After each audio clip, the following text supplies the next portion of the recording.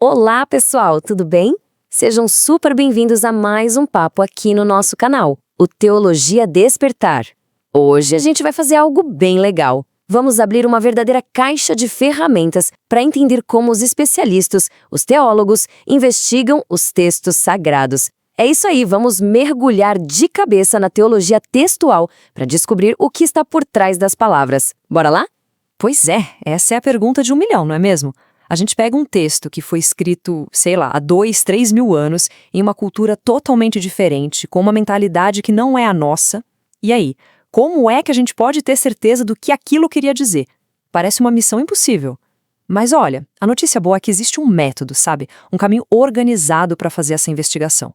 E é exatamente esse caminho que a gente vai desvendar hoje. Então vamos lá. Nosso roteiro de hoje está bem direto ao ponto. A gente começa com um mapa geral do estudo teológico, para a gente se situar. Depois, vamos dar um zoom na teologia textual, que é a base de tudo. Na sequência, vamos conhecer as ferramentas que os teólogos usam, tipo um kit de detetive, sabe? Aí a gente vê como tudo isso funciona na prática. E para fechar, vamos entender por que, afinal, isso é tão importante. Vamos nessa? Bom, começando o nosso primeiro capítulo, o mapa do estudo teológico. Muita gente pensa que estudar teologia é basicamente sentar e ler a Bíblia. Mas, na verdade, é um campo de estudo super organizado, quase como uma ciência mesmo, com áreas, métodos, tudo bem definido. E no coração de tudo isso, o ponto de partida para a teologia acadêmica cristã está ele, o texto sagrado, a Bíblia. Ela não é só um livro de fé, não. Ela é também o principal objeto de pesquisa, a fonte primária de onde toda a análise vai brotar. Agora, olha que interessante essa organização. Pensa na teologia como uma árvore bem grande, cheia de galhos. Tem a teologia sistemática, que organiza os assuntos por temas, a histórica, que olha para o passado, a prática, que pensa em como aplicar tudo hoje, mas todos esses galhos, sem exceção, precisam do tronco, da base. E essa base e esse tronco é a teologia textual, e é nela que a gente vai focar hoje. Nosso segundo capítulo, foco na teologia textual. Agora, a gente vai dar um close nessa área, que é literalmente o alicerce de todo o prédio da teologia. Se o trabalho aqui não for bem feito, todo o resto pode ficar, digamos, meio bambo. Então, o que é essa tal de teologia textual? De um jeito bem simples, é o trabalho de detetive que tenta descobrir o que o autor original, lá no passado, realmente quis dizer com aquele texto. O grande objetivo é chegar o mais perto possível da teologia original, da mensagem que estava na mente de quem escreveu, antes de qualquer outra camada de interpretação. E por que isso é tão, mas tão fundamental? Porque a partir de um entendimento firme do texto, que uma religião constrói, bem, tudo.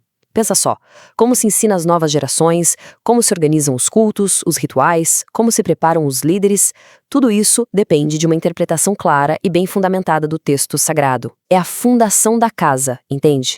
Terceiro capítulo, as ferramentas do teólogo. Agora vem a parte mais legal. Se a teologia textual é uma investigação, o teólogo é como um detetive.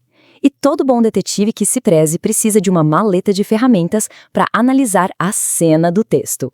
E aqui estão as 5 ferramentas principais que não podem faltar na maleta do nosso teólogo detetive. Ele vai investigar a literatura, a história, a sociedade, a autoria e, claro, a mensagem. Cada uma dessas ferramentas vai iluminar um pedacinho diferente do quebra-cabeça. Vamos começar pela primeira ferramenta, a literatura. O ponto aqui é entender que a Bíblia não é um livro só, mas uma biblioteca. E dentro dela tem de tudo. Poema, lei, história, profecia. Ninguém lê um poema do mesmo jeito que lê uma notícia de jornal, certo? A lógica é exatamente a mesma aqui. Para analisar esse gênero literário, o teólogo olha para 3 coisinhas. Primeiro, o conteúdo. Qual era a mensagem que o autor queria passar?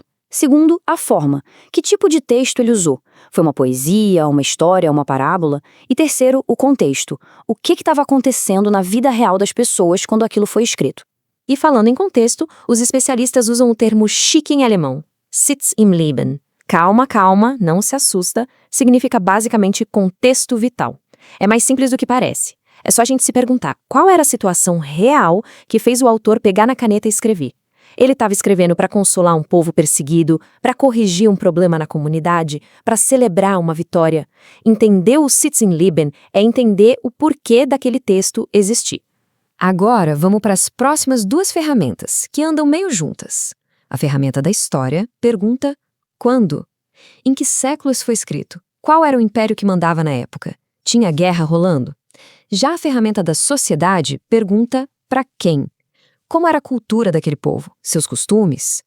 Entender isso é fundamental para a gente não pegar uma regra antiga e aplicar hoje de um jeito que não faz o menor sentido. E para fechar nossa maleta, as duas últimas ferramentas. A autoria, que é saber quem escreveu, qual a importância daquele texto específico dentro da coleção toda, se ele é um texto central ou mais de apoio, por exemplo. Já a ferramenta da mensagem vai direto ao ponto. Qual é a ideia principal aqui? Qual é a doutrina, o ensinamento que o autor quer que a gente guarde? É a busca pelo coração do texto. Quarto capítulo, a análise na prática. Beleza, a gente já viu a maleta de ferramentas, mas e aí, como o nosso detetive usa tudo isso? Não é de qualquer jeito, não. Existe uma ordem, um processo bem lógico para que a investigação faça sentido. E essa linha do tempo aqui mostra o processo direitinho. Primeiro passo, o teólogo analisa o contexto. Ele usa as ferramentas da história e da sociedade para montar o cenário. Segundo passo, ele foca no texto, quem escreveu e como escreveu, usando as ferramentas da autoria e da literatura. Com tudo isso na mão, ele vai para o terceiro passo, a mensagem. Afinal, o que o texto está realmente dizendo? E só depois de tudo isso vem o último e talvez o mais desafiador passo, a aplicação. Como a gente pega essa mensagem tão antiga e traz para a nossa vida hoje. E chegamos ao nosso último capítulo. Por que isso tudo importa? Para que ter todo esse trabalho acadêmico, todo esse esforço, em vez de só ler com o coração e pronto? A resposta está bem resumida aqui, olha só. Esse estudo aprofundado não serve para esfriar a fé, muito pelo contrário.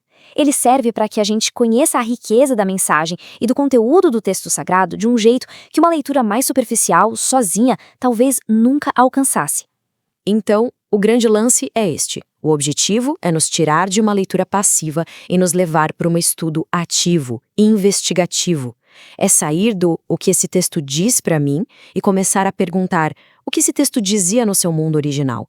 É só a partir daí que a gente consegue construir uma ponte que seja fiel e sólida para o nosso mundo hoje. É isso aí, pessoal. Espero de verdade que essa nossa conversa tenha aberto um pouco a mente para a profundidade que existe no estudo da teologia.